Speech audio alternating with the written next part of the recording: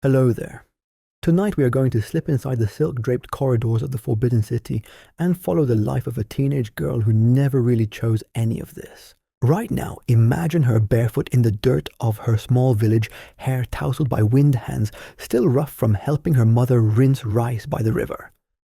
But within days, possibly hours, she'll be sealed behind vermilion gates, renamed, redressed, and reclassified as Imperial property. She'll never return home, not even for funerals.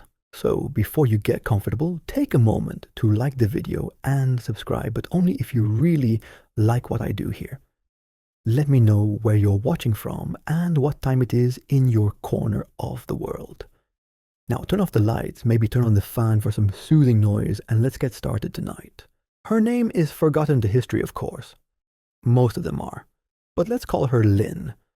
Lynn was 13 when her father bowed low to a government official in heavy robes and said the words that signed her away. She was pretty modest, healthy, with neat calligraphy and a family reputation for obedience. A perfect offering. No one asked what Lynn wanted. That wasn't how things worked. She left at dawn in a lacquered palanquin, her mother slipping a boiled egg into her sleeve for luck. Her younger brother, not quite understanding, ran after the litter until the village turned to trees. That image stayed with her longer than her own name. The journey to Beijing took weeks. Inside the palanquin, Lynn sat still, stomach twisting with fear and motion. Outside, soldiers and servants rode in silence. There were no goodbyes, no certainty, no plans. By the time the towering outer walls of the Forbidden City appeared on the horizon, she was too numb to tremble. Entering the palace was like stepping into another planet. Red walls, golden tiles, a smell of incense so thick it clung to your hair. Eunuchs in silken slippers didn't look at her face. Other girls, more recruits, were being led into separate wings. Everything was orderly. Everything was silent. This was not a place for questions. She was stripped, bathed, scrubbed with herbal water, and given new clothes. Her old ones were burned. Her hair was combed into court fashion. Her dialect corrected her name, shortened to a number in the registry. She was now fifth girl of autumn selection. And just like that, Lynn ceased to exist.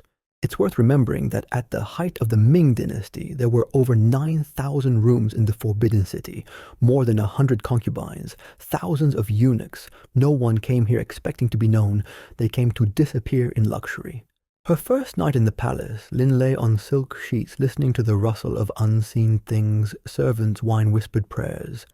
In the distance, someone was playing a flute, its tune strangely hollow. She stared at the ceiling, too afraid to cry, too exhausted to sleep. Somewhere far away, her family was probably eating dinner without her. Historians still debate whether girls like Lynn were truly chosen or simply taken, but either way, once you passed through those gates, you were no longer a daughter or a sister. You were an ornament, a political tool. Maybe if fate allowed, a mother of an imperial son, but only if you were lucky. And Lynn would not be lucky. By day 2, she was already learning how to walk. Not casually, but with precisely measured steps, toes pointed out, hands folded over her stomach. Every movement had a meaning. Every mistake had a consequence. An older concubine slapped her across the hand for bowing too slowly. Another made her kneel until her legs went numb. That was the initiation. Meals were silent and sparse. Fish boiled without spices. Rice too perfect to complain about. Lynn longed for the burnt crust from her mother's pot, the sweetness of stolen persimmons, the chatter of meal tables. But here, food was fuel, and silence was safety. She wasn't allowed to see a mirror for the first week. Mirrors, it turns out, were considered dangerous. Too much vanity. Too much reflection. You don't need a mirror when your worth is determined by others. The strangest part. The other girls. No one spoke unless they had to. One cried at night softly into her pillow. Another scratched her arms, raw as if trying to peel away the palace. Lynn tried to be invisible, tried not to miss anything or anyone. On day 9, she was called to stand in line for an inspection. Hair, teeth, hands, posture. She passed. She was allowed to stay. Not everyone did. One girl was sent home. Rumor said she had a lazy eye.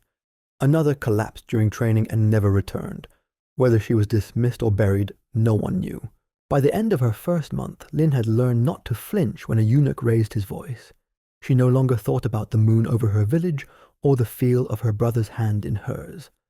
Those belonged to another lifetime. Here in the glittering prison of the Emperor's city, she was becoming what they wanted her to be: silent, graceful, unremarkable, a small, pretty ghost in a hallway of silk.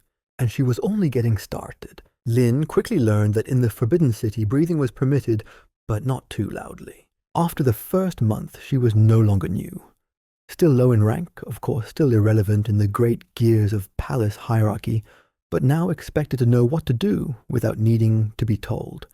Her knees ached from bowing. Her feet had blisters from walking in embroidered shoes not meant for real movement.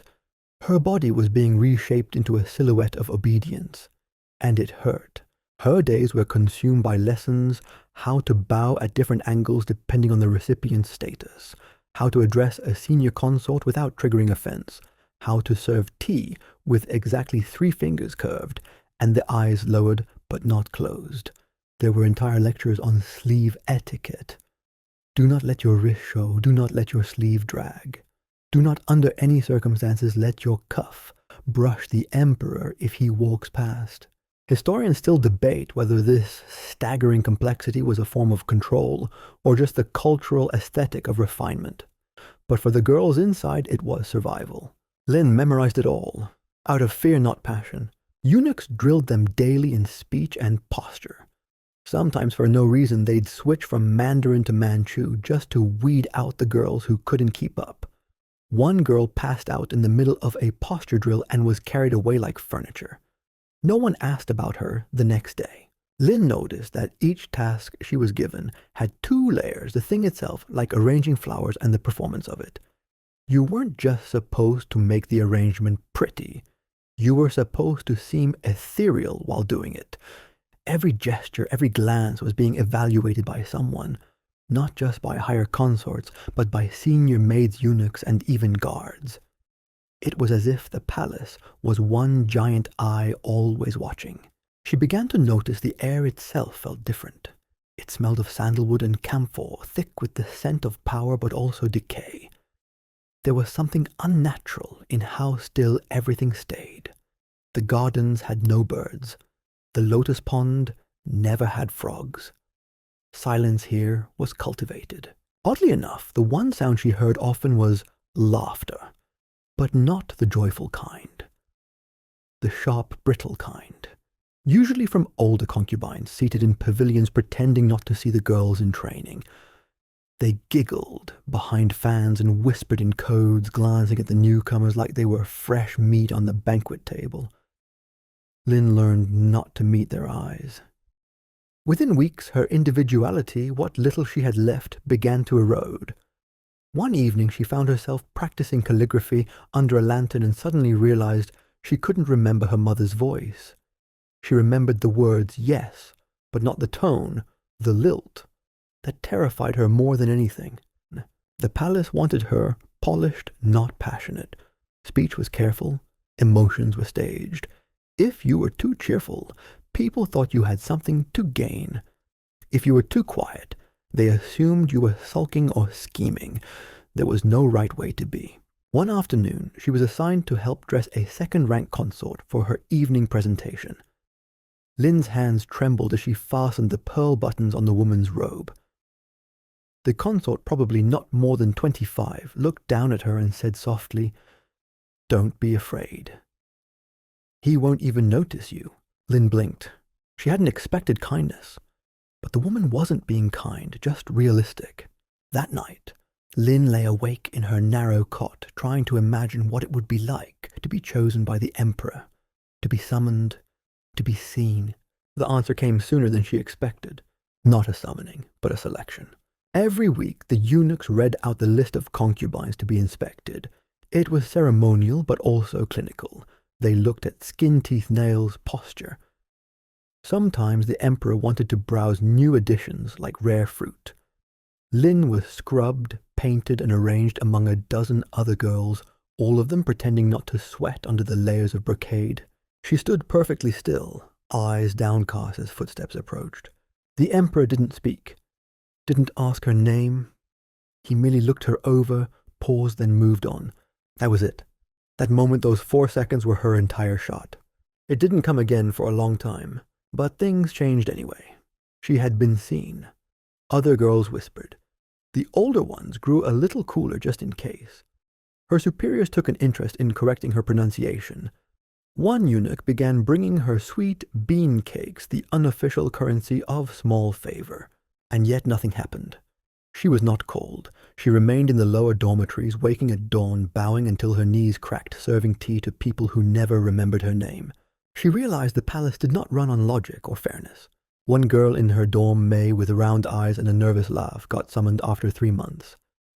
The next day she returned, pale and silent with the fingerprints on her wrist. She wouldn't speak of it. The next week she disappeared. Some said she had caught the emperor's disfavor. Others said she was pregnant and had been moved to maternity quarters.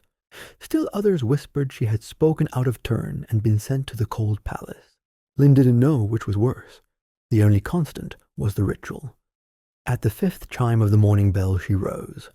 At the 6th she bowed to the Empress Dowager's portrait. At the 7th she recited her daily mantras and practiced needlework. Even sneezing had to be discreet, coughing was discouraged, crying was punishable. But she survived, one day at a time. She began to find comfort in patterns. The predictable folding of robes, the routine brushing of her hair, the taste of plum tea, sweet sour grounding. In a place where nothing was hers, even these small things became anchor points. And then one afternoon, as she was returning a tray to the kitchens, she heard a eunuch say, "That new girl number 5 from Autumn, she might have a chance this season." His Majesty looked her way. That night Lynn couldn't sleep. Part of her was thrilled. The other part was sick with dread. Because if the Emperor did choose her, everything would change. And not necessarily for the better. Being unseen was suffocating, but being seen could be fatal. There was a phrase she'd heard in her training. The flower that blooms too brightly in the Emperor's gaze wilts faster than all the rest. No one explained what it meant. They didn't need to. The palace didn't sleep. Not really. Even in the deepest hours of night, someone was always sweeping, reciting prayers, heating water, trimming lantern wicks. But for Lynn, those hours were a strange kind of freedom. In the dark, no one asked her to bow. No one corrected her tone. She could sit in the shadow of a courtyard wall, sip leftover tea, and listen to her own thoughts, faint and flickering as they were. But the peace never lasted, especially now. Ever since the eunuch whispered that she might have a chance, Lynn's world had shifted. The senior maids watched her more closely. Her meals were slightly better. She was told to spend less time in the laundry rooms and more time learning zither and Imperial poetry. She was assigned extra hours with the cosmetics tutor who scolded her for blinking too much and smeared crushed pearls across her cheeks with short, brisk strokes. The strange part, all of this was preparation for something that might never happen, because in the Emperor's court getting noticed didn't mean getting chosen, and getting chosen didn't mean being safe. It just meant that the stakes were suddenly higher. By her 4th month, Lynn understood the structure of the harem better than she ever wanted to. There were 8 official ranks, but countless informal ones based on favor alliances, family connections, and rumors. The top tiers lived like princesses, private gardens, golden tea sets, silk-wrapped pillows. The lowest ranks like hers shared stone-floor dormitories with scratchy linens and no privacy. She watched as the girls around her began to change. One Gia grew colder each week, smiling less, speaking only when spoken to. Another Sue began sneaking off with sweet cakes to bribe an old eunuch who once worked in the Emperor's bathing wing. "Better to have a friend who hears the doors creak," she said with a wink. Lynn didn't play those games. Not yet. She still believed that if she was kind, obedient, and unremarkable, she might be spared the worst of it. But that belief didn't last long. One morning, she was summoned to the dressing hall. That wasn't unusual. But this time, a higher-ranking consort, Lady Ping, was there. Lady Ping had once been the Emperor's favorite. Now at 26, she was aging out of his interest. She wore a robe of deep garnet embroidered with peonies, and she studied Lin with a sharp, almost amused expression. "You're the one they're polishing," Lady Ping said. "You look like a rabbit. Soft. Scared. They like that." Lin didn't reply. Anything she said would be wrong. Lady Ping approached her slippers silent on the stone floor. She reached out, adjusted a lock of Lin's hair, and whispered, "Don't look him in the eyes. He doesn't like that.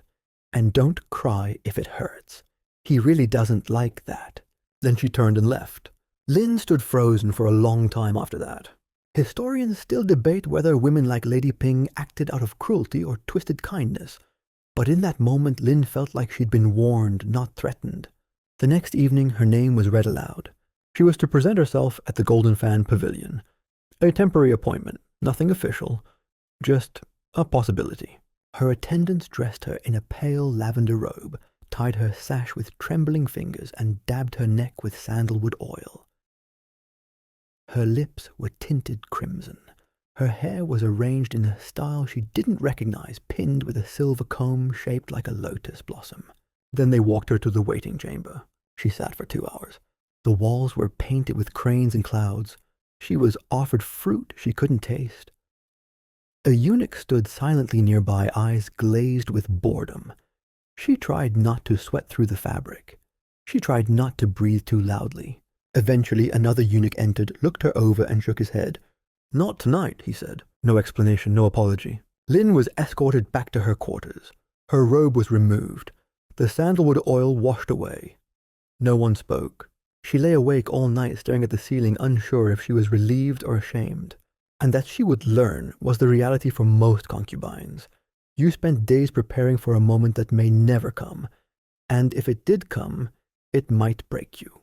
There was no clear path to power, just 1,000 slippery stones in a dark river. The weeks passed. Sometimes Lin was summoned for music recitals, tea ceremonies, or court rituals. Once she was told to sing a folk song while the emperor passed through the garden. He didn't stop. He didn't even glance at her. But still, her name appeared on lists more often now. She was moving slowly, cautiously. Then finally the call came.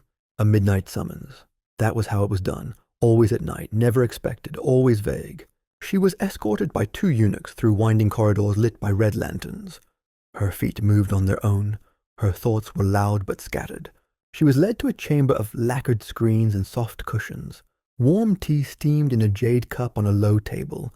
A silk canopy draped the bed. Perfumed air made her dizzy. And then he entered, the emperor. Lin had only seen him from a distance during festivals or court ceremonies, but now he stood just feet away. Taller than she expected, younger. His robe shimmered in candlelight. He didn't speak, just sat in motion for tea and waited. She poured it, careful not to spill, careful not to breathe too hard. The rest of the night passed like a strange, surreal dream. No pain, no intimacy either. Just a quiet, perfunctory ritual. He dismissed her with a nod before dawn. She returned to her quarters in silence. And that was it. No one acknowledged what had happened. No one congratulated her. The next day was back to drills, posture, embroidery. But something had changed. She had been summoned. She now belonged to a different tier. Just slightly. But enough. Her meals improved. Her shoes were replaced. A eunuch began calling her Lady Lin instead of Fifth Girl. She was allowed to skip the next zither lesson. That was the start. But not of a love story. No one fell in love in the palace. They fell into favor. They clawed their way toward visibility, and they clung to it white-knuckled until it slipped away. Lin had stepped onto the lowest rung of a very tall ladder. And at the top maybe was influence. Maybe even a son. Maybe even empress. But more often the ladder broke. She knew that. She could feel it in the sideways glances of the older women, in the sudden deference from junior maids, in the whispered warnings behind folding fans. Favor was not safety. It was just a brighter light to stand under while the knives were sharpened. There were stories whispered in the shadows of the silk screens, rumors that once a concubine was chosen, her name would be embroidered in gold thread and sewn into a bedspread folded and set at the emperor's feet, ready to be unfurled with a flick of his hand. Lin's name never made it to the bedspread, but she was summoned again, and again, not often, not regularly, but just enough that her presence was no longer ignored. The first time had been disorienting. The second time was quieter, familiar in the most unsettling of ways. She began to recognize the rhythm of the palace night, the footsteps of eunuchs, the scent of warm peony oil, the moment just before dawn, when the incense stick burned out and the air turned cold. There was no affection, of course. The emperor was not cruel, nor particularly kind. He barely spoke. Sometimes he asked if she could sing. Once he asked what village she was from, and didn't wait for the answer. He had hundreds of women after all. Some summoned every week, others once in a lifetime. Lin knew her place. She was background. Pleasant. Disposable. Historians still debate whether emperors truly remembered the women they called upon, or if their decisions were based entirely on appearance scent and whispers from favored eunuchs. Lin leaned toward the latter. Each time she was summoned, her scent was adjusted. Her hairstyle changed, her voice rehearsed. She felt like a dish being re-seasoned for the same diner, hoping this time he'd take notice. But he never really did. Still, the summons brought status. Not true power, but elevation. Lin was now ranked mid-tier. Enough to have her own chamber small, but private. Enough to avoid the worst chores and eat warm rice instead of cold. Enough to be left alone most of the time.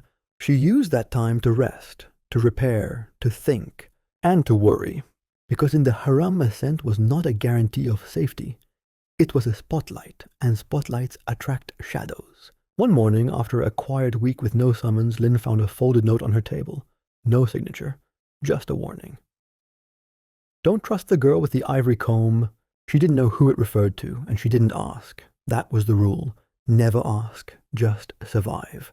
That afternoon, Lady Jian, a former second favorite of the emperor, accidentally spilled hot wax across Lin's skirt during a prayer ceremony. She laughed and said, "Oh my, how clumsy I've become." Lin smiled and bowed. She learned to smile and bow at everything. The real terror came from knowing how easily a careless moment could destroy her.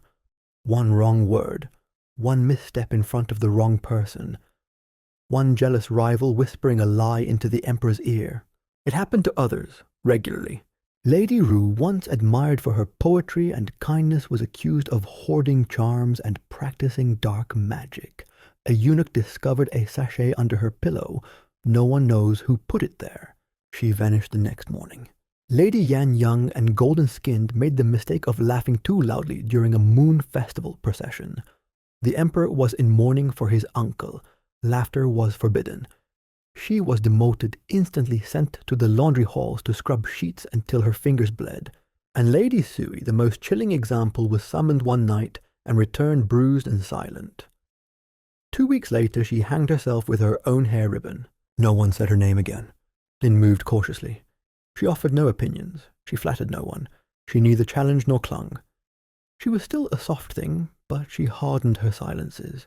And yet, in quiet moments, she found herself imagining just barely what it might be like to rise further.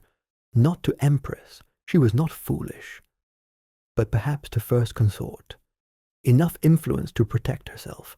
Enough distance from the claws of the jealous and the eyes of the desperate. That possibility came wrapped in silk and shadow one late autumn night. She was summoned again, this time to the Pavilion of Tranquil Echoes, a more intimate setting, rumored to be where the emperor entertained those he found interesting. Lin's heart pounded. She knew the implications, knew the risk. She bathed in scented water, applied a layer of rice powder, wore the yellow-sleeved robe reserved only for those marked with tentative favor. Her hair was done in the phoenix topknot. She looked for the first time like someone who mattered. The emperor greeted her with something that might have been a smile. He asked if she liked poetry. She said yes. He asked if she had ever written any. She lied and said she had. He asked her to recite one. She paused and improvised a verse about chrysanthemums in the frost. It was clumsy but heartfelt. He listened, nodded, then said nothing more. She was dismissed an hour later. She walked back to her quarters in silence, shoes brushing against gravel like whispers. The next morning she was promoted, officially. She was now Attendant Lin, a 5th-tier concubine, recognized, named. And with that name came new robes, a larger room, a maid of her own, and enemies. Lady Ping, the same woman who had once warned her not to cry, passed her in the corridor and did not bow. Lady Jian, the one with the wax, sent a tray of spoiled fruit by mistake. Even her old dorm mates now called her Lady Lin with tight smiles and blank eyes. Success in the haram was a lonely thing, and Lin had never felt more alone. She began to see the games more clearly. Who was aligned with whom? Which eunuchs passed messages? Which consorts secretly hated each other? Which ones were lovers? Which ones paid the physicians extra to bring them news of other women's pregnancies? Because yes, pregnancy, that was the real game. Being favored meant little. Being a mother meant everything. Lin was not pregnant. She knew her time was limited. She began to pray quietly to Guan Yin, the goddess of mercy and motherhood, burnt incense late at night, hid charms beneath her pillow, not magical, just symbolic, a small embroidered swan, a knot for good fortune, a hope that her body might one day carry a future emperor. Because in this world only the womb gave true power. But for now she waited, for the summons, for the moment, for the invisible clock to start ticking again. And while she waited, she watched. She watched another girl rise too quickly and fall just as fast. She watched a consort collapse from fever and be carried away without ceremony. She watched the emperor gaze at a new girl, a fragile pink-faced beauty from the southern provinces, and knew in her bones that her own days in the light were numbered. Because in the palace favor didn't last, but fear was eternal. Favor was a shadow with a timer, soft shifting and always slipping away just when you reached for it. Lin had tasted it, touched it. She had felt the warmth of being seen, heard her name on the lips of eunuchs and maids, seen the eyes of other women tilt away in wary deference. But now something had changed. Something invisible. The emperor hadn't summoned her in weeks. No explanations, no ceremonies, just absence. In the beginning, she tried not to think about it. It wasn't unusual after all. His attention moved in cycles. He was distracted by politics, festivals, the weather, a prettier girl. It was nothing. Except it wasn't nothing. She noticed the food in her quarters was no longer warm when it arrived. Her new robes hadn't come back from the seamstress. Her maid was slower to respond. One morning, the plum tree in her courtyard, her one private joy, was cut down for reasons of sanitation. No one asked her opinion. And then came the ultimate sign: she was reassigned to a different sleeping hall, smaller, further from the central pavilion. She'd been unofficially downgraded.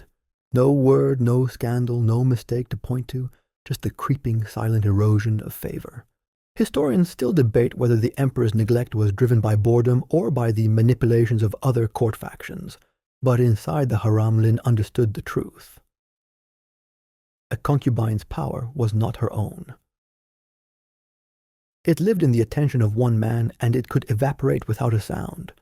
Worse still, Lin knew exactly who had replaced her. The southern girl, the one with cherry blossom skin and a voice like water bells. Her name was Mei Lian. She had arrived 3 months earlier, barely 16, escorted by a delegation from the provincial governor's household. She was already being called Jade Swallow by the eunuchs, a sign of rising affection. Lin saw her once gliding past in a robe of pale blue, laughing at something the emperor had said. She didn't return Lin's glance. She didn't have to. It stung more than Lin expected. She told herself she was past that stage, that she had grown used to the mechanics of power. But the truth was, it hurt to be forgotten, to have been summoned and then discarded. And it wasn't just the loss of status. It was the realization that all the careful steps, the obedience, the sacrifices, the self-erasure had led only to this: a new girl in your place, and the silence of your own chambers echoing like an accusation. There were still occasional duties, of course, attending ceremonies, participating in rituals, but now she was background again. Polite applause, decorative presence. She began to walk more slowly through the halls as if her body were turning to wax. She spent hours staring into her tea. The music she once practiced daily sat untouched, her embroidery unraveled in her lap. Once she overheard 2 junior maids whispering about her in the garden. I heard she cried in front of the mirror. Can you imagine? She didn't cry, not where anyone could see, But she did start writing poems. She wrote them on scraps of fabric on the back of disused prayer slips, once even in soap on her chamber wall before wiping it clean. They weren't good poems, she wasn't a trained poet, but they were real. Quiet lamentations, tiny resistances. One read, "He saw me once, and I held my breath for years. Now I breathe again and it burns." Another said simply, "All the lanterns flicker, but none warm me. Only her personal maid Lianhua ever saw them." The girl said nothing, just folded the scraps and tucked them into the lining of Lin's makeup box. And then came the cough. Just a small thing at first. Barely noticeable. Lin dismissed it as a reaction to incense. But it lingered. Deepened. Ached. Her throat burned every time she spoke more than a few words. Her appetite thinned. Her hands began to tremble during morning bows. The palace physician was summoned. He was polite, careful, measured her pulse with cool fingers, pressed a vial to her lips, and murmured, "Just fatigue. Rest, my lady." But she saw the look in his eyes. That look came back 3 days later when her nose bled during prayer, and again when she fainted during a music rehearsal and struck her chin on the stone floor. They moved her to an infirmary wing. Quietly, no announcement. The walls there were thin and cold, the bedding plain. Other women lay in curtained-off beds, coughing behind silk partitions. One of them, an old consort named Min, leaned over one night and whispered, "This is where they send us to vanish." Lin didn't reply. She already knew. In this part of the palace, time moved differently. Meals came late if at all. No one visited, no one bowed, even the eunuchs looked away. And still Lin waited for a letter, a word, a flicker of acknowledgement from the emperor. Not love, just remembrance. It never came. Instead, she received a single gift, a packet of dried chrysanthemum petals, wrapped in gold paper. No note, no origin. She burned them one night during prayer, watching the petals curl into black whispers. The scent filled the room like ghosts. And slowly Lin began to let go. She stopped asking the maids for news. She gave away her jewelry, one comb to a passing nurse, a bracelet to an apprentice scribe. She asked for a brush and wrote a final poem across the inside of her door. The emperor's hands are soft, but they do not hold. I was a flower, then a vase, now only dust in a hollow room. A week later, she was returned to her quarters. Not reinstated, just returned. A silent gesture that her illness was not severe enough to warrant expulsion, but her presence was no longer needed. She resumed her days with a new rhythm. No more pretending, no more hoping. She began to grow herbs in small pots, brewed teas for herself, taught her maid calligraphy. She became slowly invisible in a new way. Not forgotten, but irrelevant. And in that irrelevance she found something close to peace. One crisp morning, while sweeping the leaves from her courtyard, she saw Meilian sitting in the emperor's pavilion wrapped in an ivory shawl. Her shoulders were shaking. Crying. 3 weeks later, rumor spread that the emperor no longer called for her. Lin didn't smile. She simply turned back to her herbs and poured herself another cup of tea. Because in the haram favor was a knife with no handle. And Lin had finally stopped trying to catch it. Lady Ping was dead. No one said it aloud, of course. No funeral, no mourning clothes, no temple bells. Just one morning, her chambers were quietly cleared, her attendants reassigned her name, erased from the daily registries. She had been third-rank consort for nearly a decade, once a favorite, always a schemer. And now she was gone like a pearl slipped through a crack in the floorboards. Lin learned of it from her maid, who whispered it as if reciting a ghost story. They say she drank poisoned tea meant for someone else, or maybe she drank it on purpose, or maybe... But the truth didn't matter. What mattered was that even the powerful could fall, quickly, silently, permanently. Lin was not surprised. Lady Ping had made too many enemies, held on too tightly to a crown that had already started to rust. Her last year had been filled with forced smiles, missed ceremonies, and increasingly desperate gifts to the emperor. She'd tried to be seen again. It hadn't worked, and so the palace devoured her. Lin had long since learned that in the haram the end never came with drama. It came with quiet replacement. A new girl in your chair, a different name on the scroll, a different perfume lingering in the hallway. Lady Ping, was not the first to vanish. She would not be the last. But her disappearance set the palace humming with tension, because everyone knew when one consort fell, someone else rose. And that meant the knives were coming out. Lynn, now no longer favored but not forgotten, found herself in an uneasy middle space. Not powerful enough to be a threat, not powerless enough to be ignored. A floating leaf, unnoticed by most, but exactly where predators like to stalk. She kept her head down. It didn't help. One morning, a porcelain hairpin was found in her tea. Broken, jagged, deliberately placed. Not enough to kill her, but enough to send a message. Another morning, her robe was cut down the back, the seams undone, folded neatly as if nothing had happened. Her maid turned pale when she saw it. Lynn simply said, "Sew it again." She didn't react. Not publicly. That would be a mistake. She didn't ask who had done it. She didn't confront anyone.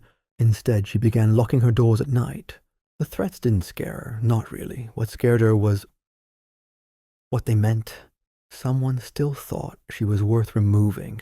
Someone feared she might rise again. Lynn wanted no part of the struggle for attention anymore, but the harem was a hungry machine. It didn't care what you wanted. It only asked, are you climbing or falling? If you weren't rising, others assumed you were plotting. And if you weren't plotting, they'd plot against you anyway, just in case. One of the newer girls, fresh from the spring selection, offered Lynn a cup of tea after prayers one afternoon. Her hands trembled as she presented it. Lynn took it with a nod, then placed it on the stone ledge beside her and never drank it. The girl never tried again. By now, Lynn understood that trust was a luxury the palace didn't afford. You could share laughter, poetry, even affection, but never full trust. The last time she had trusted anyone, it had been Lady Faye. That memory still stung. Lady Faye had been kind. Too kind. The sort of woman who offered to share her citrus candies from her brother's southern estate. The sort of woman who rubbed ointment on Lynn's burned wrist after a lantern accident. The sort of woman who, after Lynn had confided her fear of falling from favor, whispered, "Don't worry. I'll speak with someone." The next day, Lynn's name was mysteriously omitted from the court festival ceremony. Her seat at the ritual table was reassigned.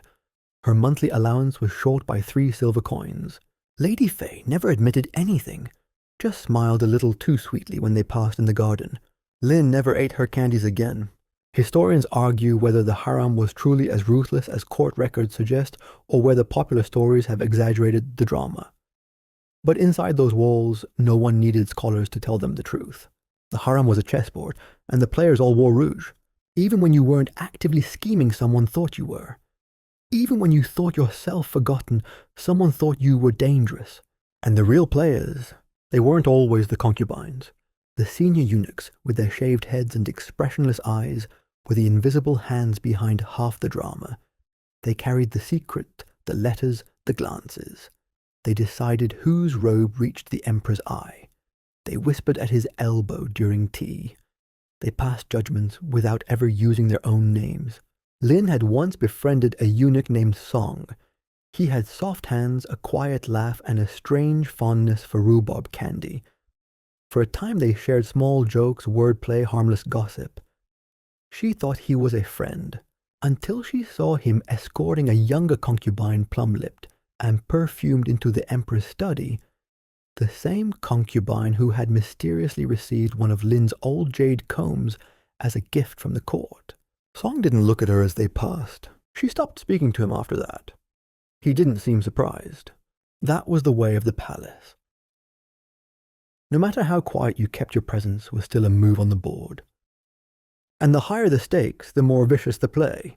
That winter rumors started circulating of a witchcraft purge. Someone somewhere had been found with a paper talisman in her sleeve, an unblessed charm, a mirror shard etched with strange marks. Lady Anne, a rising favorite, was accused. No trial, no defense. One night she was escorted from her quarters, and the next her belongings were burned in the courtyard. Another concubine, terrified, jumped into the fish pond and refused to come out until someone dragged her back. Lynn said nothing, but she began burning her old poems, quietly, folded them into small squares and let them crumple to ash under the coals. She didn't want anyone finding them and calling them spells. She didn't want her memories weaponized, because the worst thing in the palace wasn't death, it was public disgrace. Being labeled dangerous, unstable, cursed, those names followed a woman even after she vanished, and Lynn had seen too many vanish. By spring, the purge had ended, replaced by a new obsession pregnancy. 3 women were with child, one of them already favored, the others now rocketing upward in rank and attention. They were given private physicians, endless comfort, special meals. Everyone whispered about who the fathers might really be. Lynn didn't care. She watched from a distance now, invisible but aware. No longer fighting, no longer pretending. She still performed her duties, still bowed and smiled, but her thoughts were elsewhere, quieter, deeper, less about survival and more about meaning. She began tending a garden again, a small plot of dirt behind the bathhouse. She grew mint and chrysanthemum. The scent was calming, honest. Sometimes her maid joined her, sometimes not. She no longer hoped for the Emperor's summons. She no longer feared his silence. She had at last become a fixture.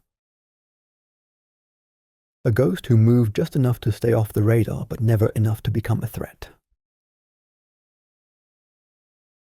And that in the palace was an art, the art of fading.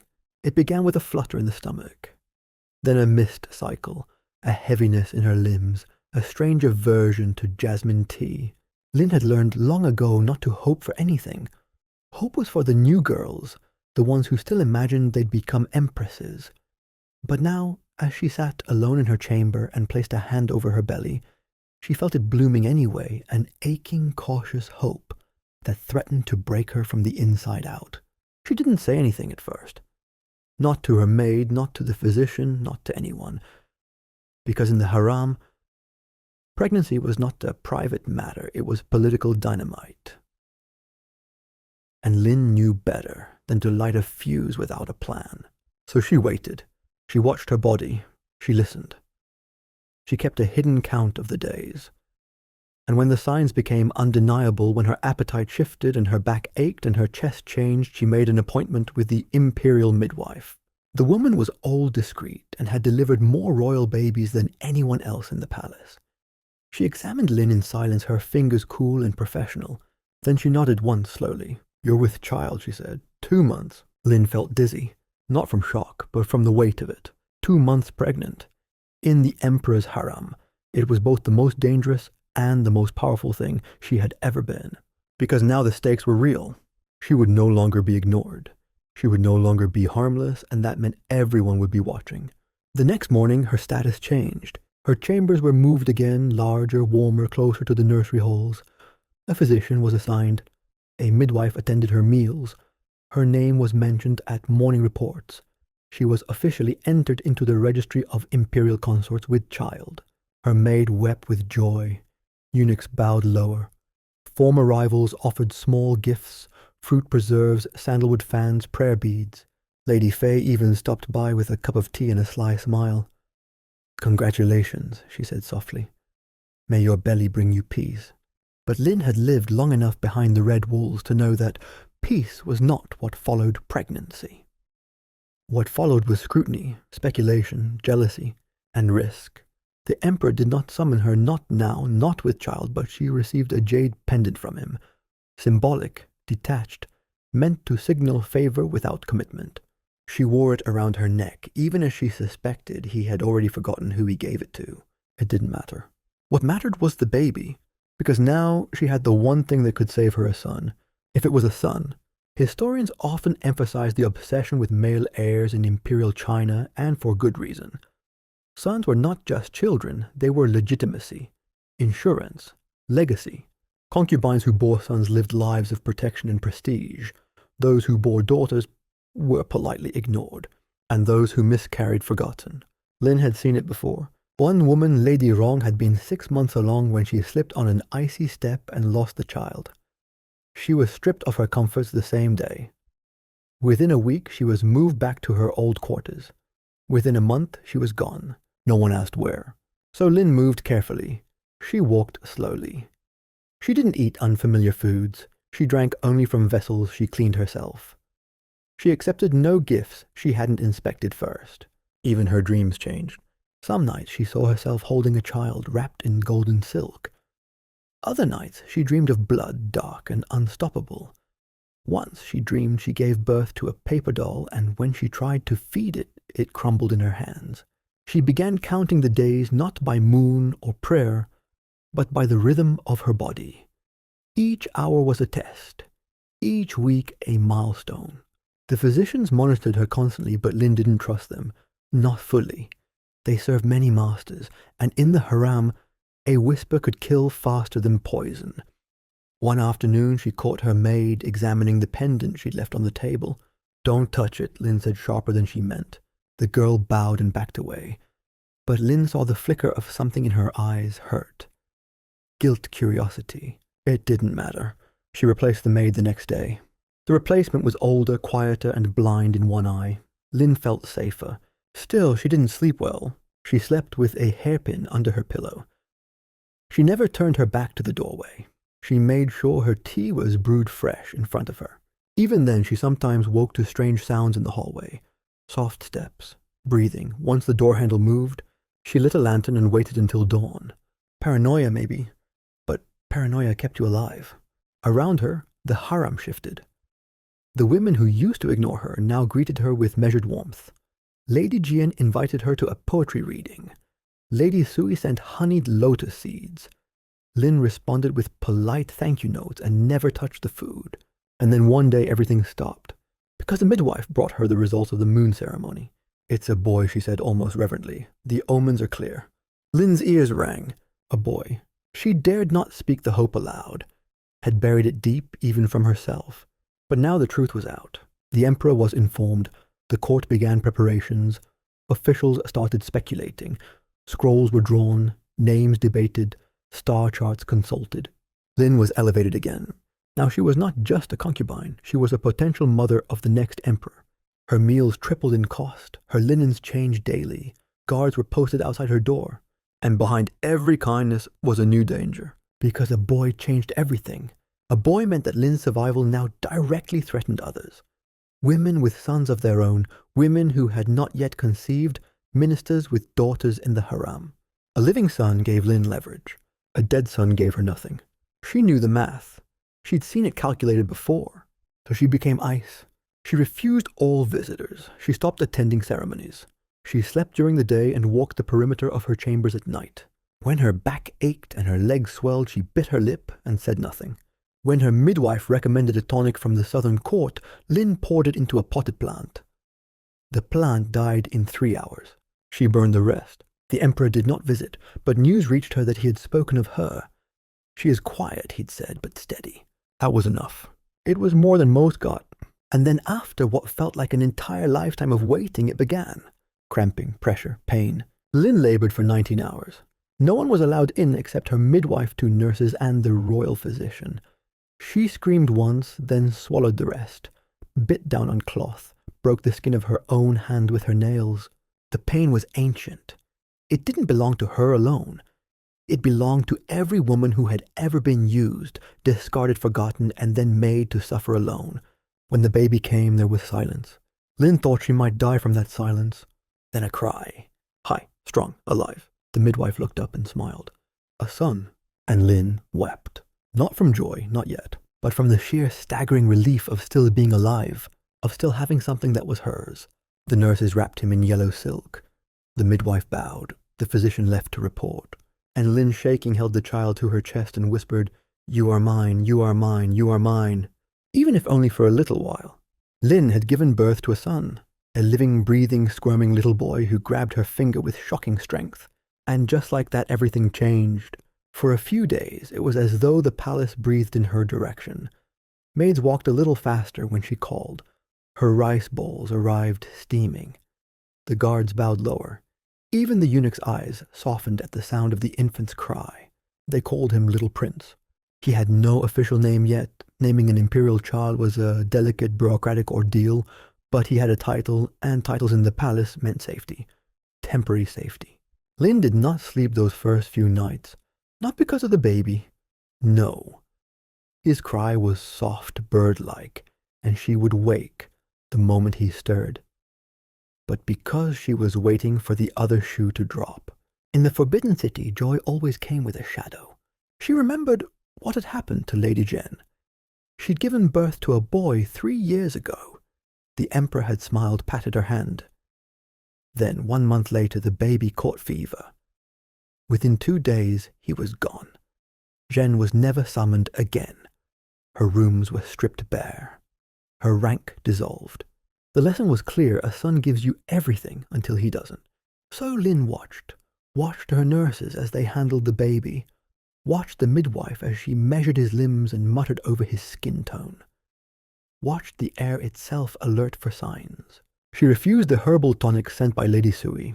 She had all the bedding replaced after one eunuch tripped and spilled ashes near the bassinet. She moved her sleeping mat beside the crib, one arm draped through the railing like a barrier.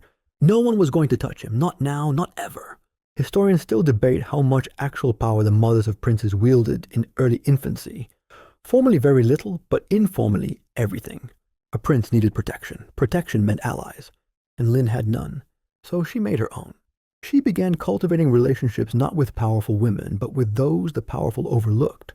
She gave her extra silks to a cleaning maid with connections to the kitchen. She gave her unused hairpins to a nurse who tended Lady Ping's quarters before her fall. She whispered compliments to older eunuchs who lingered in doorways. She didn't ask for anything in return. Not yet, but they noticed. And in the haram, when people noticed you, they remembered you. By the 2nd month, her son was strong enough to sit up with support.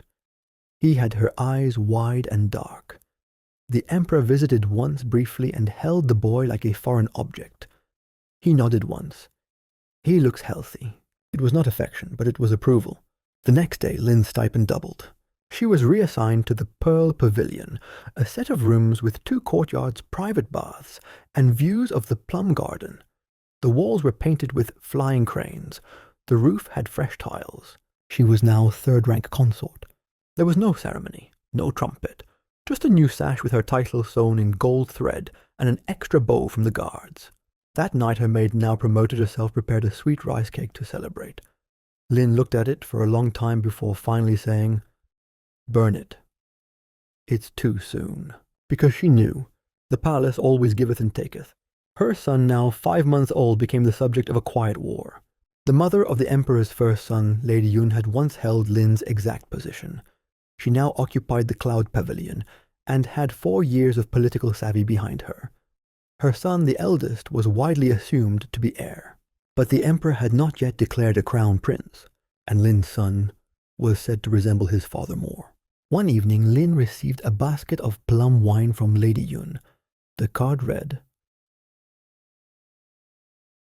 "To our sons, may they grow up as brothers, not rivals." The next morning, Lin's midwife discovered a smear of mercury paste on the baby's neck ribbon. It had eaten through part of the fabric. The incident was reported quietly. No investigation followed. No name was written down. But Lin understood. There would be no peace. Not until someone won. And children didn't win on their own. So Lin took precautions. She dismissed her physician and petitioned for a new one, young, ambitious, and heavily indebted to her cousin, a junior minister. She rotated her nurses weekly. She stopped taking visitors. She insisted on personally preparing her son's morning bath water, even when it meant waking before dawn. She began sending food to the Empress Dowager's shrine, accompanied by prayers and expensive candles. The Empress Dowager had been dead for years, but her former attendants were still in the palace, and they were flattered. "You remind us of her," one said. "She had your quiet hands." That remark found its way to the Emperor. And a week later, Lin was invited to a moon-viewing banquet. She was seated close to the Emperor's platform. Higher than Lady Yun, higher than all the others. The message was unmistakable. The baby's 6-month celebration was held in the Garden of Jade Springs. It was lavish musicians, fruit towers, silk lanterns in the shape of cranes. Lin wore a robe embroidered with dragons, her son on her lap. The Emperor toasted her publicly. She was now 2nd-rank consort. From that height, the fall would be fatal, and Lin knew it. The higher you rose, the lonelier it became. Old friends avoided her. New allies smiled too much. Even her maid was quieter, now choosing each word as though it were a dagger. Lin responded by building her world around her son. She sang to him at night, even when her voice cracked. She carved his name in small letters on the inside of her prayer book. She memorized the weight of his breathing. She did not dream anymore. She did not relax. She did not believe this would last, because she knew like one cough, one fever, one wrong whisper of it would all vanish. The baby got sick in early autumn. Just a cold, nothing serious. But Lynn stopped breathing for 3 days. She refused all physicians. She brewed her own medicines. She held him every hour. She did not sleep. He recovered. She did not. That night she cried for the first time in years, not from fear, not from joy, but from the terrifying realization that she would never be safe again. Not while she had something the palace wanted, not while she had something to lose. And so she hardened. She began writing again, but not poems, letters, coded messages, formal petitions. She reached out to old ministers who owed favors to her late father. She studied the imperial succession laws. She memorized the rituals for naming an heir. She learned the empress's family history, the genealogy of the emperor's clan, the ranks of each concubine's child. She became the palace's quietest scholar. Because knowledge was power, and power, real power, was the only way to protect her son. And if she had to smile, kneel, flatter, and bleed for years to get it, so be it. Her name was now etched in the bronze registry of favored consorts. But that registry meant nothing if her son died. So she sharpened her silence like a blade, and waited for the next move. Because the game wasn't over.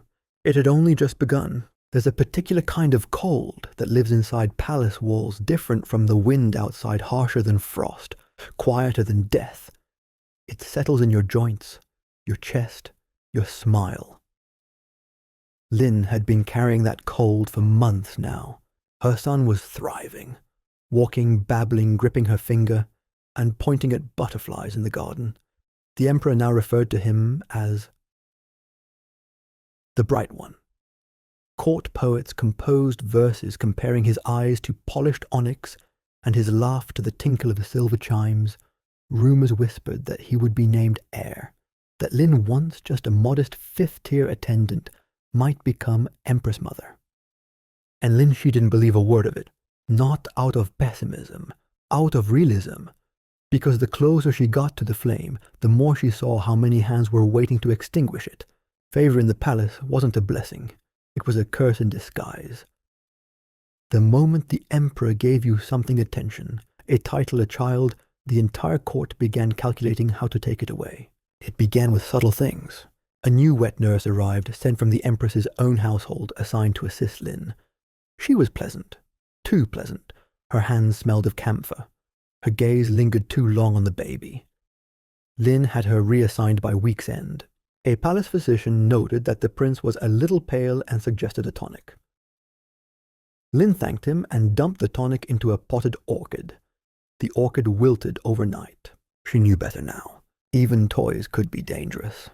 One arrived carved from sandalwood inlaid with tiny beads. Lynn shook it and heard the faintest rattle, a hollow space. She cracked it open.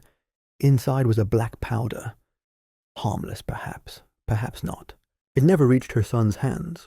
And then there was the Empress. She hadn't spoken to Lynn in over a year, had barely acknowledged her existence, but now she extended an invitation, a private audience. Lynn went, of course. Dressed in her second-best robe, not her finest, hair modestly pinned, no jewelry beyond a simple jade ring. Not too plain, she didn't want to appear weak.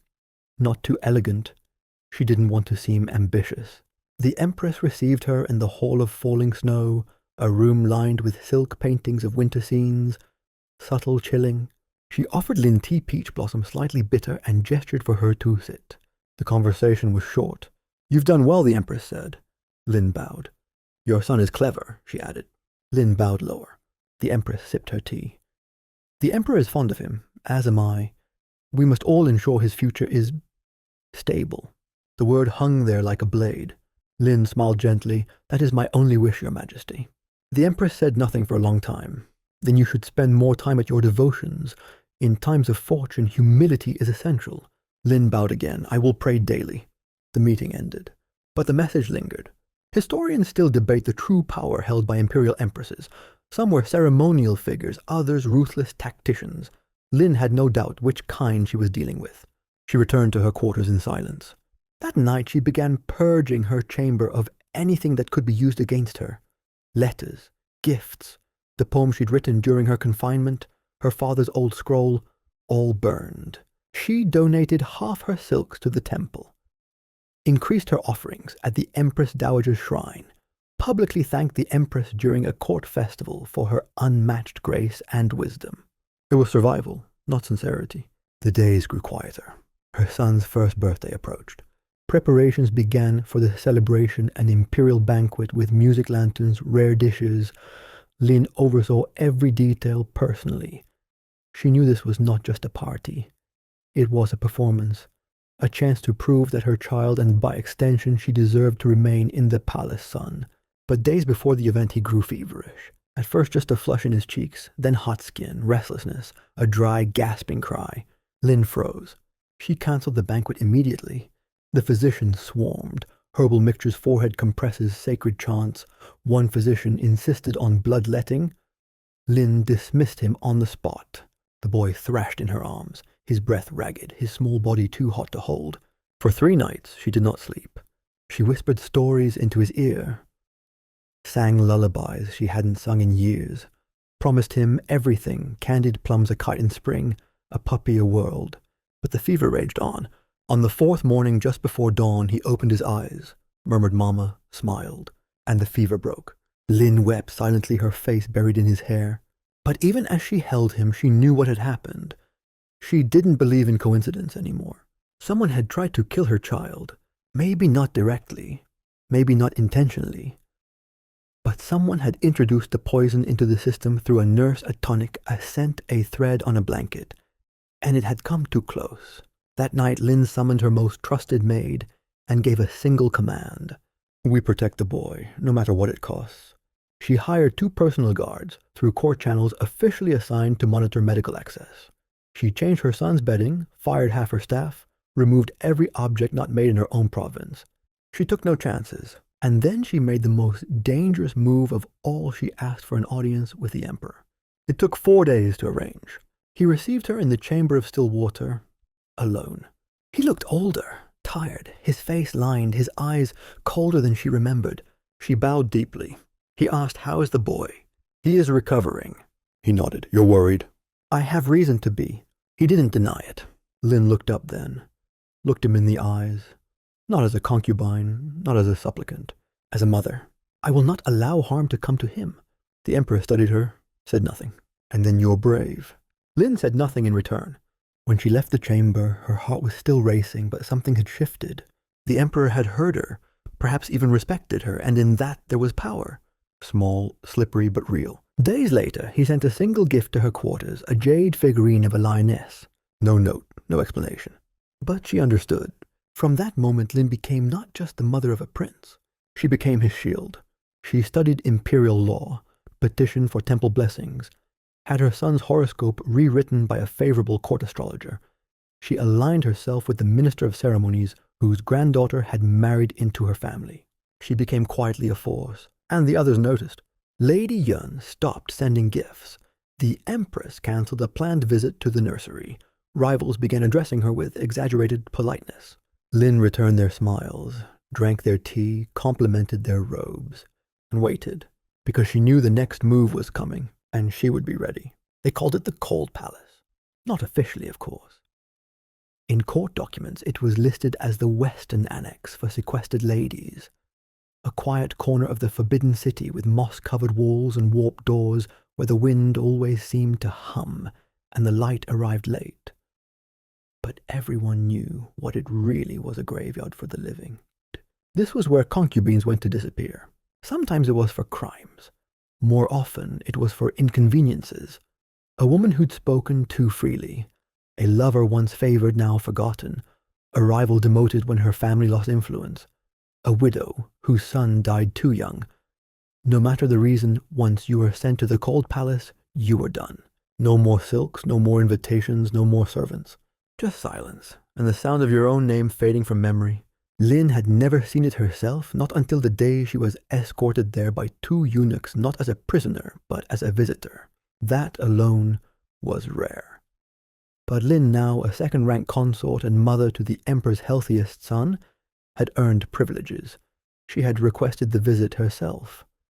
An unusual request, but one the emperor had granted. Perhaps out of curiosity. Perhaps because he knew what she was trying to do. The gate creaked as they entered. The cold palace was worse than she imagined. The walls were damp, the floor uneven. The air smelled of old incense and mildew. The rooms were small, dark, and barren. There were no paintings, no courtyards, no warmth. And yet there were women here. Lynn saw them wrapped in plain robes, eyes downcast, moving like shadows through the corridors. No jewelry, no titles. Their beauty faded or hidden, their voices soft from disuse. Some looked up as she passed just for a second, enough to remember the face of someone who still had a name. Her maid whispered, "That's Lady Rue. She bore twins once, both died before their first birthday. She hasn't spoken in years." Lynn nodded. She recognized another face, too. Lady Chow. Once a court favorite famous for her painting. Lynn had seen her art hanging in the Emperor's music hall. Now she sat hunched on a wooden stool, darning a robe by candlelight, her fingers trembling with age or memory. No one greeted her. No one dared. Lynn reached the last room on the farthest wing. There behind a tattered screen sat the woman she had come to see. Lady Anne. She had been accused of witchcraft a year ago. Lynn remembered the rumors. A paper charm in her sleeve. A neighbor's son who fell ill. Nothing proven, but still she had been sent here. She looked up slowly as Lynn entered. Her face was thinner, her hair streaked with silver, but her eyes sharp as ever. "Why are you here?" she asked, voice rasped from months without use. Lynn knelt, not fully, but enough. "I came to ask a question," she said. Lady Anne chuckled softly. "I thought they all forgot me." Not all, Lynn said. She pulled a small pouch from her sleeve and laid it on the table. Inside, dried ginger honey pearls, a tiny inkstone. Gifts. Forbidden, but she brought them anyway. Lady Anne didn't touch them, just stared. "What question?" she asked. Lynn inhaled. "If they try to send me here, how do I survive?" There was silence. Then Lady Anne leaned forward. "You don't." Lynn's throat tightened. Lady Anne continued, her voice soft, almost kind. "This place eats you. Not all at once, bit by bit. You forget your own reflection. You start measuring time by the cracks in the ceiling. You whisper to yourself just to hear a voice." She paused. "But if you mean how to avoid coming here, then you fight." Lynn nodded slowly. Lady Anne's eyes narrowed. "Who threatens you?" "I don't know. Yet." "Then you'll lose." Lynn didn't respond. Lady Anne gestured toward the door. "You have power now, but not protection. And in this palace, power without protection is a scent in the wind, noticed, followed, hunted." Lynn rose. "Thank you." She turned to leave. Lady Anne called out, "He won't save you. If you think he will, you've already lost." Lynn froze. "I know," she said. "That's why I'm not asking him to." She left the cold palace with her jaw clenched and her heart steady. Later that night, as she bathed her son, she watched him splash and laugh, oblivious to the world that hovered just beyond the carved lattice windows. She kissed his forehead and whispered, "I will never let them take you." And she meant it. Over the next few weeks, Lynn moved with the precision of a woman who knew time was closing in. She formed alliances, subtle, strategic, invisible. She sent a prayer fan to the Empress Dowager's cousin. She arranged for a rare scroll on Imperial lineage to be donated in the name of her son. She invited Lady Jeanne, the mother of the Emperor's eldest daughter, to tea, and listened carefully as the older woman spoke of failed ambitions and the cost of being almost favored. Lynn said little, but she took notes. She returned to the cold palace one more time. This time she brought paper and ink. Lady Anne raised a brow. "I want to record your story," Lynn said. "For what?" "For someone to remember." Lady Anne said nothing for a long time. Then she took the brush. Over the next hour, she wrote not just her fall, but the names of allies' enemies, whispers in the corridors hidden, loyalties, secret pacts. She wrote carefully, slowly, as though shedding something. When she finished, she rolled the scroll and handed it to Lynn. "Use it well," she said. Lynn hid it beneath her son's cradle. One day it might save them both. The Emperor grew ill that autumn. Nothing serious, just a lingering cough, a fatigue that wouldn't lift. But the palace trembled anyway. Because when an emperor grew weak, ambition grew loud. The talk of succession returned, and Lynn's name rose again. Some ministers favored her son, others feared him. The Empress held private councils. Lin's own maid overheard a conversation in which Lady Yun had said, "We must be careful. That child could ruin everything." Lin sent a box of dates to Lady Yun the next morning. Sweet, fresh, perfect. The message was clear: I heard you, and I'm not afraid. She wasn't. She couldn't afford to be. Because in the cold palace, Lady Yun had told her something else. Something she hadn't written down. "You cannot survive this place alone," she had said. "But you can make them fear what you know." And Lin did know things now. Not just secrets, but people, paths, weaknesses. She had spent years observing. Now she would use it. Because if they tried to take her down, she would not go quietly. She would not be erased. Not for her sake, but for his.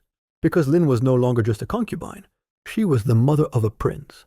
And if the palace wanted a war, it had one. The palace didn't erupt, it simmered. No great declaration was made, no swords were drawn, but everyone felt it, an invisible shift in the air, like the pressure before a thunderstorm. The emperor's health faltered, then plateaued, then quietly declined again. And with each whisper of his cough, the lines between allies and enemies grew sharper. The emperor's silence became the court's loudest sound, and at the center of it all stood the question that terrified and tempted everyone. Who would be the next emperor? It should have been straightforward. The eldest son of the emperor, born to a noble consort, backed by the empress herself. That was tradition. That was safe. But Lin's son wasn't safe. He was popular, healthy, intelligent, unscathed by scandal, and most dangerously, he looked just like the emperor in his youth. Poets wrote about his smile. Palace staff bowed deeper when he toddled past. Ministers who once ignored Lin now sent gifts to her household, rare books, jade animals, even a lion cub carved from lapis. And Lin Shi smiled at them all, took their offerings, gave nothing in return, because she knew what they were trying to do, positioning themselves, hedging their bets. And that meant she wasn't the only one preparing for a future shift in power. The empress was too. Lin began to notice the signs Lady Yun was invited back into the inner circle. Eunuchs loyal to Lin were reassigned. A trusted physician stopped returning calls. One afternoon, during a prayer ceremony, a candle from the main altar toppled and nearly ignited Lin's ceremonial robe. An accident, they said. The following week, Lin was ordered to appear before the Ministry of Rites to explain a discrepancy in her household's silver expenditures. A misunderstanding, they said. It was subtle, but it was pressure. And Lin refused to break. Instead, she acted. She summoned the eunuch named Shu, a man who once served the Empress Dowager and had a reputation for loyalty that shifted with the tide. She offered him something no one else could protection. Not just for himself, but for his sister who served as a nurse in the infant training pavilion. Shu accepted. From him, Lin learned things, small things at first. That the Empress had met with the astrologers. That she'd rewritten the succession prayer scroll, placing the name of the Empress's own nephew as heir presumptive, an illegal move, but clever. He was a boy of royal blood, technically adoptable. That Lady Yun had visited a physician known for remedies that shorten grief. The implications were clear. They were trying to maneuver Lin out quietly, cleanly. Perhaps exile. Perhaps something less visible. But they weren't moving fast enough. Lin knew she had to strike before the window closed, before her son became a target instead of a possibility. So she used the scroll. The one from Lady Anne, the names, the alliances, the betrayals, all documented in black ink. She didn't deliver it publicly.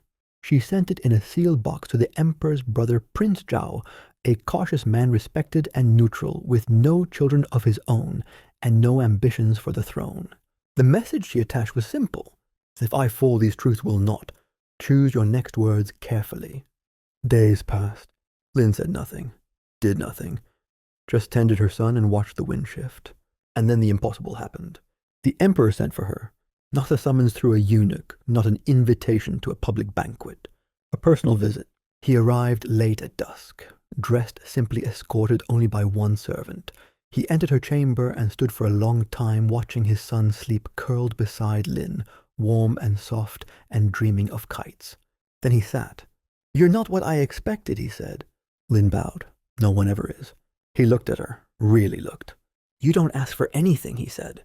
"I ask for everything," she replied. "I just don't speak it aloud." He chuckled, a small hollow sound. You've caused quite a stir. I've kept my child alive. That seems to stir people. He didn't answer right away. Then, and if I named him heir, Lin didn't blink. I would protect him until the end of my breath, she said. And yours. The Emperor leaned back. His eyes were tired, older. Then softly, the Empress won't accept it. She doesn't have to. She can make life very hard for you. She already has. The silence between them thickened. Then he asked, do you love me? Lin almost laughed. Instead, she said the only thing that mattered, no. But I love my son, and I will love your name if it shields him. That oddly seemed to satisfy him. He stood, brushed his hand over the boy's hair, and whispered, you remind me of my mother. She didn't love my father either, but she built the throne I sat on. And with that he left. 2 days later, a decree was issued.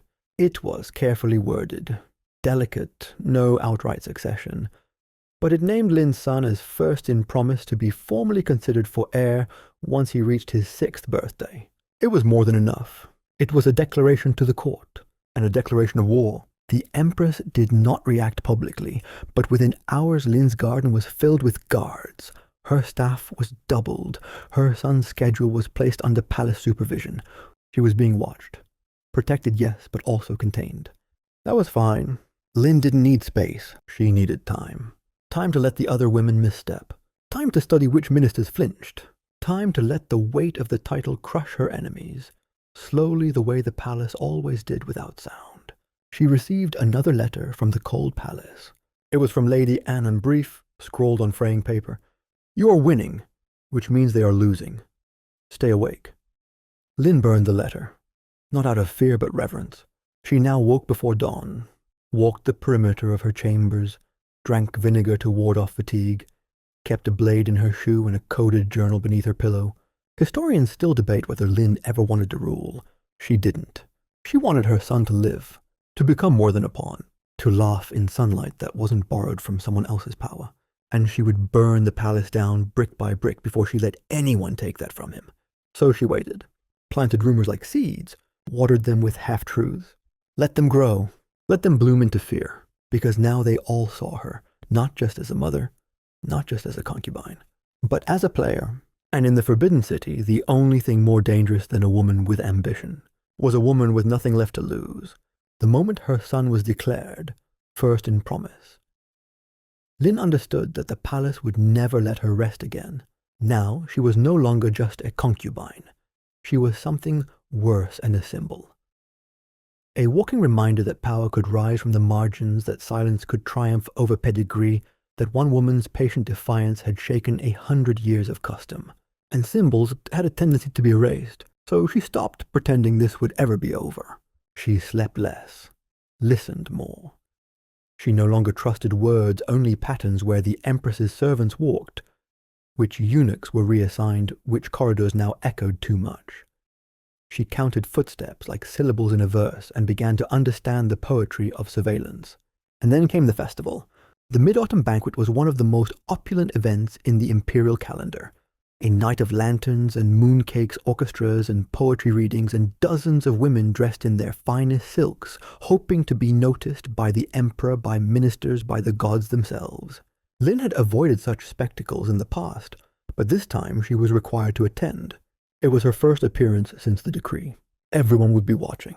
Her son was too young to accompany her, so she left him in the care of her most loyal maid, 3 guards, and a nurse who'd once served the Empress Dowager herself. She gave the boy a tiny prayer stone to hold. Don't let go, she whispered, no matter what.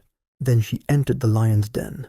The banquet was dazzling. Silk dragons twined through archways. Moon-shaped fans floated in lily ponds. Courtiers, scholars generals, and ministers mingled beneath a canopy of starlight and calculation. The emperor sat beneath a gold-latticed dome expression unreadable. The empress sat beside him, her hair a crown of jade thorns. Lin arrived late on purpose. Let them look. She wore a robe of deep indigo embroidered with phoenixes, neither loud nor timid rich, but grave. Her hair was tied with white silk, a symbol of modesty, but her earrings glittered like challenge. She bowed, greeted the empress, and took her assigned seat just near enough to hear the emperor speak, just far enough to be excluded. The performance began. Dancers moved like shadows. Poems were read. A young court musician plucked the guzheng with such aching grace that Lin almost forgot where she was. Then came the moment that changed everything. A silver tray was brought to her. On it, a carved mooncake in the shape of a lion placed atop a lacquered scroll. She paused. It was a gift from the Empress. Custom dictated, she accepted. Poison unlikely, too public. A message, certainly. She lifted the scroll, unfurled it. It was a poem. A short one, sharp, laced with layered meanings. The full moon reflects, but the clouds do not kneel. A swallow builds nest in places it cannot rule. The hall was silent. No one spoke. No one needed to. It was a warning, a threat, a coded decree. You are here, but you do not belong.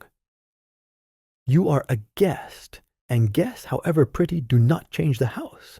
Lin smiled, and replied the only way one could in poetry. She reached into her sleeve and pulled out her own scroll. She had come prepared. Of course she had. She stood, her voice clear as bells. The clouds pass, but the moon remains. Swallows nest where there is warmth, not permission. She bowed, deep, graceful, final. Gasps rippled across the room. The Emperor laughed. A real laugh. The Empress did not. After that night, nothing in the palace was ever quite the same. Lin's words spread like wildfire. Outside, the court scholars debated her verses for weeks. Was it rebellion, courage, arrogance? Inside the walls, it was taken for what it was, a declaration. She would not back down, and that terrified them. The Empress retaliated immediately. A staff member was arrested for theft, one of Lin's kitchen girls. Then 2 of Lin's guards were reassigned to the outer gates. A shipment of her son's medicines was mysteriously delayed. The message was clear. We can reach you even now. Lin responded with silence. No protests, no letters, just strategic generosity. She donated a rare ink stone to the palace library, gifted new winter coats to the guards' families, arranged for a moon-viewing poetry session, and invited the Emperor's second brother's wife, a usually ignored but politically connected woman. She became a storm in stillness, quietly relentless. Then came the coup attempt. Not a full rebellion, just a failed plot by a discontented minister whose guards tried to access the nursery wing. They were stopped. Her son was unharmed, but it changed everything. The Emperor went pale with rage. The Empress called it a foreign factions plot. Lin said nothing until she privately delivered a list of names to the Emperor. A short list. Names she'd been collecting, loyalists, sympathizers, the web behind the web. And at the bottom of that list, a servant from the Empress's household. She didn't accuse, she implied. An implication in the palace was sharper than confession. Within a week, half the Empress's personal staff was replaced. Lady Yun retired for health reasons. A eunuch vanished. And Lin, she was elevated again, Imperial noble consort. The second highest rank a woman could hold. The Empress said nothing. She didn't need to. Everyone knew. There were 2 sons now, and only one would remain. Lin's son turned 3 that spring. He could read simple characters, recognize 20 plants, and recite the first lines of the Analects. The Emperor visited more often now, brought him small carved animals, smiled when the boy recited his name properly. Lin watched them carefully, not jealously, just warily, because love had nothing to do with safety, and legacy had nothing to do with loyalty. One night as she tucked her son into bed, he asked Mama, "Why don't I have a big brother?" Lin hesitated, then said softly, "Because the world wanted to wait for you." He smiled, closed his eyes, clutched his prayer stone, and Lin sat by his side for hours listening to his breathing, imagining a time when she wouldn't need to guard him like a flame in the wind. But that time hadn't come yet, not while the Empress still held her crown, not while the palace still held its knives, and certainly not while a woman could rise this high and still be a step from the cold palace. So Lin stayed awake and sharpened her smile, because the next move was coming, and she would be ready for it. The Empress struck back without lifting a finger. That was her genius. She never moved, only let others move for her. A cough here, a rumor there, and the ripple spread outward like tea-staining silk. It began with Lin's son. A fever, sudden high and terrifying. One moment he was laughing at a paper kite dancing in the wind. The next he was curled into a ball, his skin burning breath fast and shallow. Lin's heart clenched with a dread that turned the world silent. Not again, not after everything. She summoned the physicians, all of them. They came with their medicine boxes, their scrolls and remedies, their careful words. One of them, a new addition assigned by special recommendation, recommended a cooling powder made from ground pearls and dried chrysanthemum. He claimed it was a treatment favored by the Empress herself when the Emperor was ill as a child. Lin stared at him for a long time, then asked him to taste it. Just a pinch. He hesitated. A fraction of a second, but enough. She had him arrested on the spot. The guards moved swiftly. The powder was taken away and tested. It contained mercury. Not enough to kill an adult, more than enough to destroy a child's kidneys in time. The Emperor was informed immediately. For a full day he said nothing. Then he sent a decree the physician was to be imprisoned, questioned, and then exiled to the southern provinces barefoot. But no investigation was launched into who had sent him. That silence was an answer in itself. The message to Lin was crystal clear. You may be protected, but your son is not. For 3 nights, Lin didn't sleep. She sat by the child's bed as the fever slowly broke, counting his breaths, whispering prayers with the desperate devotion of a mother who no longer believed in gods but was willing to beg them anyway. He recovered, but she did not. Something inside her had snapped not from fear but from resolve. She had tried to play the game quietly, gracefully. Let her poetry and poise win her favor. Let the system reward her patience. But now she understood. The palace was a serpent, and the only way to survive a serpent was to become one. So she started coiling. First, she reached out to the one person in the court who owed her nothing and who hated the Empress more than she did the Emperor's eldest sister, Princess Zhao. The princess was a fierce woman, widowed early, childless by choice, and politically untouchable. She dressed in men's robes, practiced archery at dawn, and once threatened to slap a minister for calling her a delicate blossom. She and the Empress had not spoken in 5 years. Lin sent her a simple letter. I believe we both value truth over ceremony. May I bring you tea? 3 days later, Lin was invited to the princess's estate. They spoke for hours, about sons, about power, about being seen and then erased. When Lin left, she carried with her more than an alliance. She carried insurance. The princess had kept letters, old ones, penned by the Empress during her rise to power. Some innocent, some not. One in particular referenced a secret dowry gift given to a Manchu noble family in exchange for suppressing a candidate for crown prince, a bribe concealed as a celebratory chest. Lin copied the letter by hand, sealed it, kept it hidden. It was enough to ruin the Empress's family for good. But she didn't use it. Not yet. Let her stew. Let her make another mistake. Because Lin's son was nearly 4 now and his education was beginning in earnest. He was already learning calligraphy, the book of odes, etiquette, horseback posture. He greeted ministers with perfect bows and asked questions about constellations. He made people smile. He made them believe. And that made him dangerous. Lin didn't try to shield him from that. She taught him early the palace gives with 1 hand and takes with 2. Smile, but never forget which hand is behind your back. The boy nodded. He understood more than he said. Then in late spring came a second invitation from the Empress. Another private tea. Lin went. She wore red this time, not indigo, not humility, red for fire, red for warning. The Empress's quarters were the same as ever, smelling of camellia oil and silent obedience. She gestured for Lin to sit. Your son is strong, she said after some time. Lin nodded. And very visible. Lin said nothing. You do realize, the Empress continued stirring her tea, that visibility can be dangerous, even for princes. Lin smiled, especially for princes. A pause. The Empress's eyes glittered. I have lost children too. The words were sharp, but they weren't a confession. They were a veiled threat. Lin tilted her head. Then you know why I'll never lose mine. They stared at one another for a long time. Then Lin stood. Thank you for the tea, she said. And thank you for the warning, the Empress replied, not looking at her. When Lin returned to her pavilion, she moved quickly. That night, she sent the copy of the damning letter to 3 officials, the Minister of Justice, the Grand Secretary, and the Emperor himself. No accusation, just a note. For your records, should clarity be needed. The next morning the palace was quiet, eerily so. By afternoon, the Empress had taken to her bed with illness. By evening, her brother was removed from the court.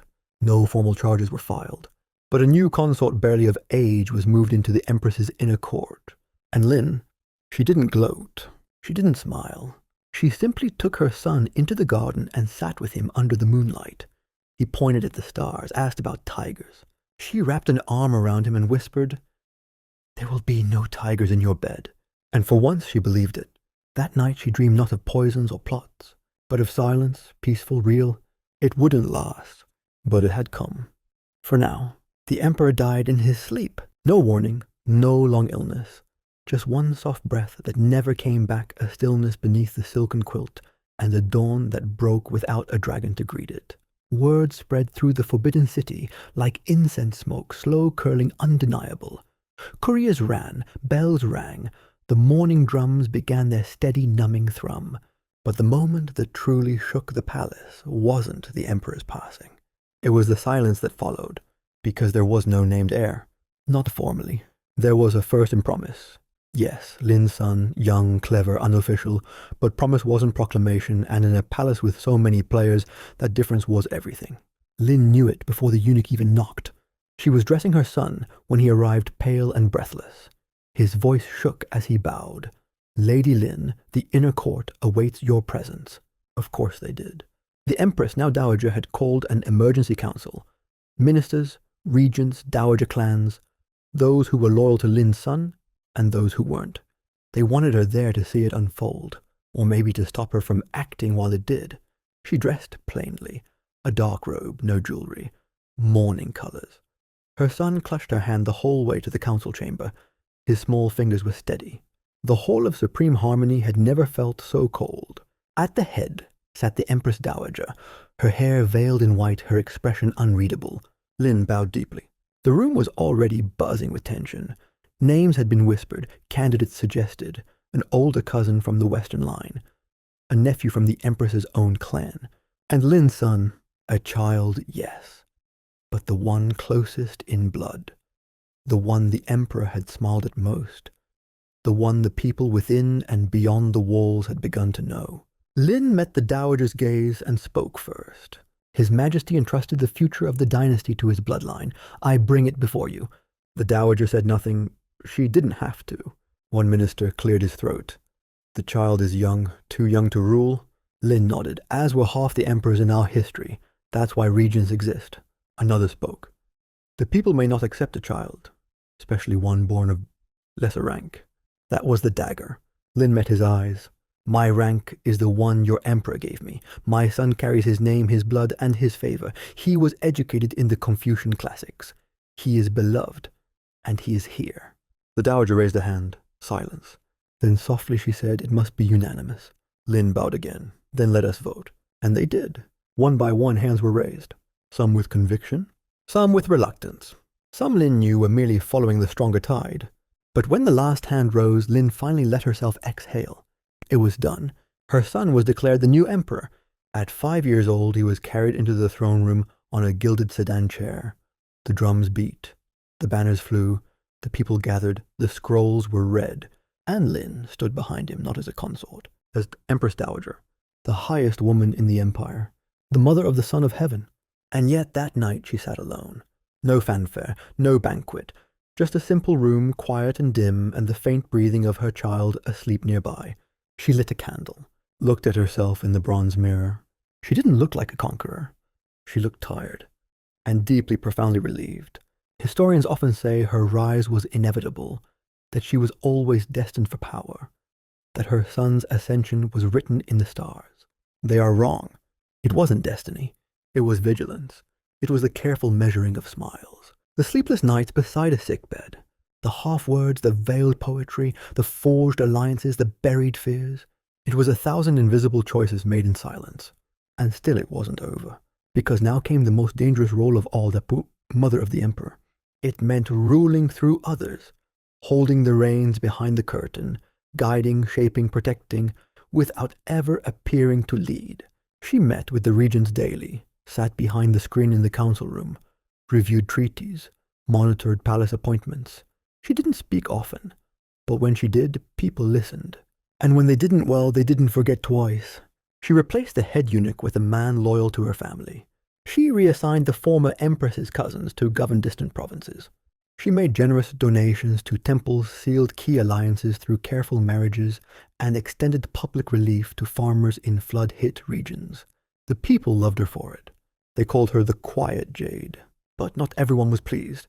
The Empress Dowager, now sidelined, became a relic of her own reign.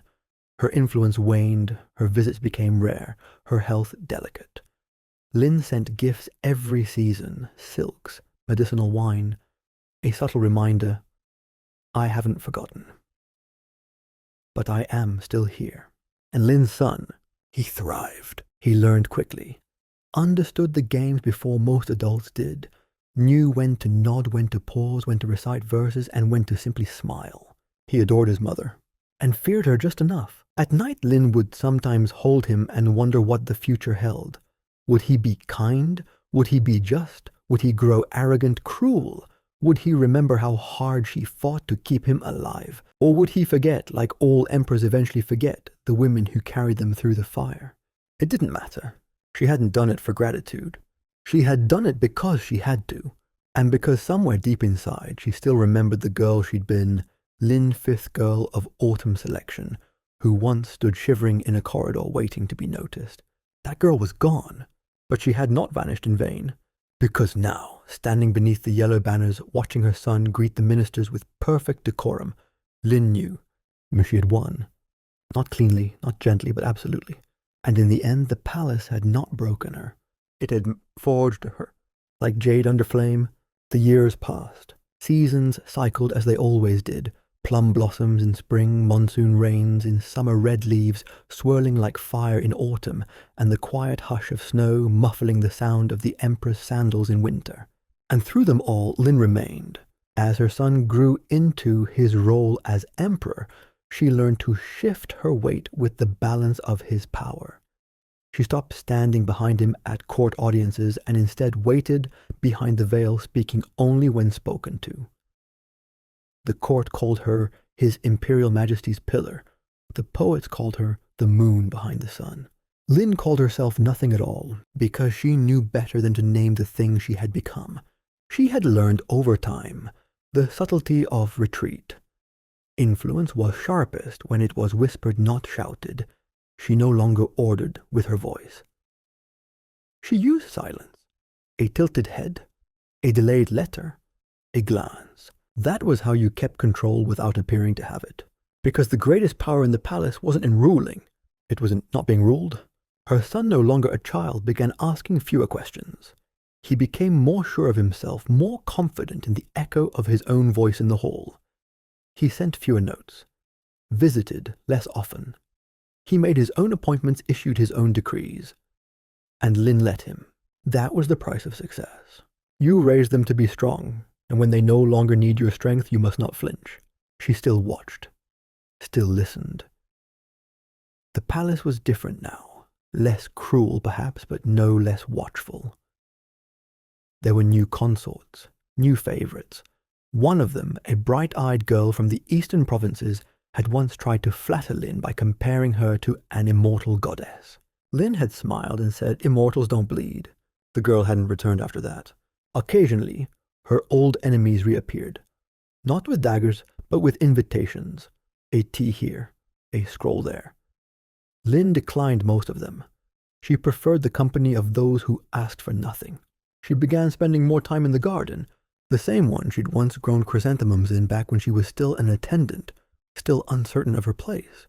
Now she grew quiet things, mosses, soft blooming plum.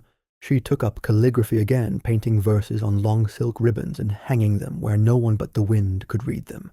She found joy in the mundane, a clean teacup, the scent of sandalwood, the hush of footsteps on stone just before rain.